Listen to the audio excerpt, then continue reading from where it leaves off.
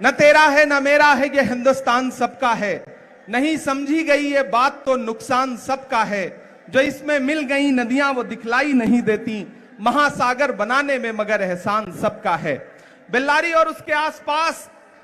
कि मौजूद लाखों की आवाम यहां पर आदरणीय राहुल गांधी जी भारत को जोड़ने की मुहिम लेकर के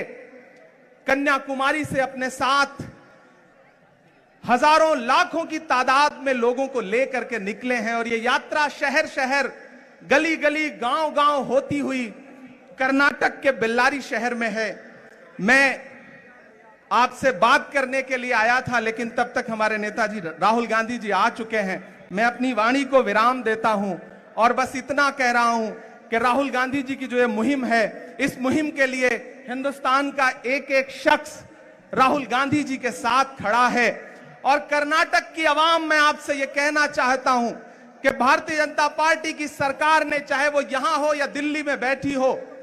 पिछले कुछ सालों में इस देश को महंगाई और नफरत के अलावा कुछ भी नहीं दिया है। जब भी आप उनसे सवाल करते हैं कि पेट्रोल और डीजल जो 60 रुपए का था वो 100 रुपए का क्यों हो गया, तब वो आपसे कहते हैं कि हिंदू मुसलमान के झगड़े में उलझ जाओ। जब आप सवाल करते हैं कि 400 रुपए का गैस सिलेंडर 1000 के पार क्यों हो गया, तब वो आपसे कहते हैं कि नहीं, हिंदू मुसलमान पर बहस करो। जब आप उनसे पूछते हैं कि हंगर इंडेक्स में भारत 107वें नंबर पे कैसे आ गया, तब वो कहते हैं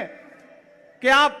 हिंदू मुसलमान में उलझ जाओ। इस तमाम जाल को तोड़ने के लिए, इस तमाम साजिश को तोड़ने के लिए राहुल गांधी जी निकले हैं और हम पूरे हिंदुस्तान की आवाम की तरफ से राहुल जी को सलाम करते हैं, राहुल जी की शख्सियत को सलाम करते हैं। जो बीड़ा उन्होंने उठाया है, मैं उस दिन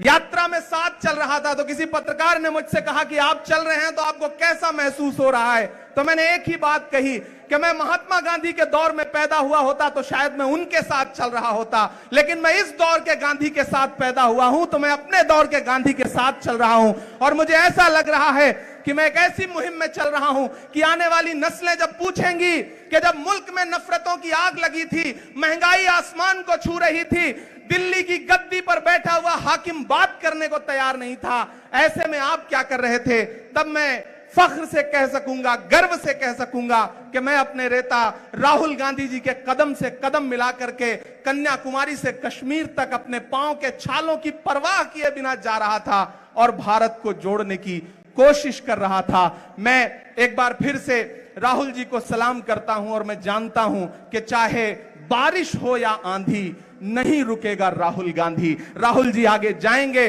और हम सब उनके साथ खड़े हैं और कर्नाटक से लेकर के दिल्ली तक ये जो नफरत वाली हुकूमतें हैं इन्हें रख देंगे। कर्नाटक में नफरत का नाटक अब और नहीं चलेगा। मैं आदरणीय राहुल जी का एक बार फिर से बहुत बहुत स्वागत करता हूं। धन्यवाद।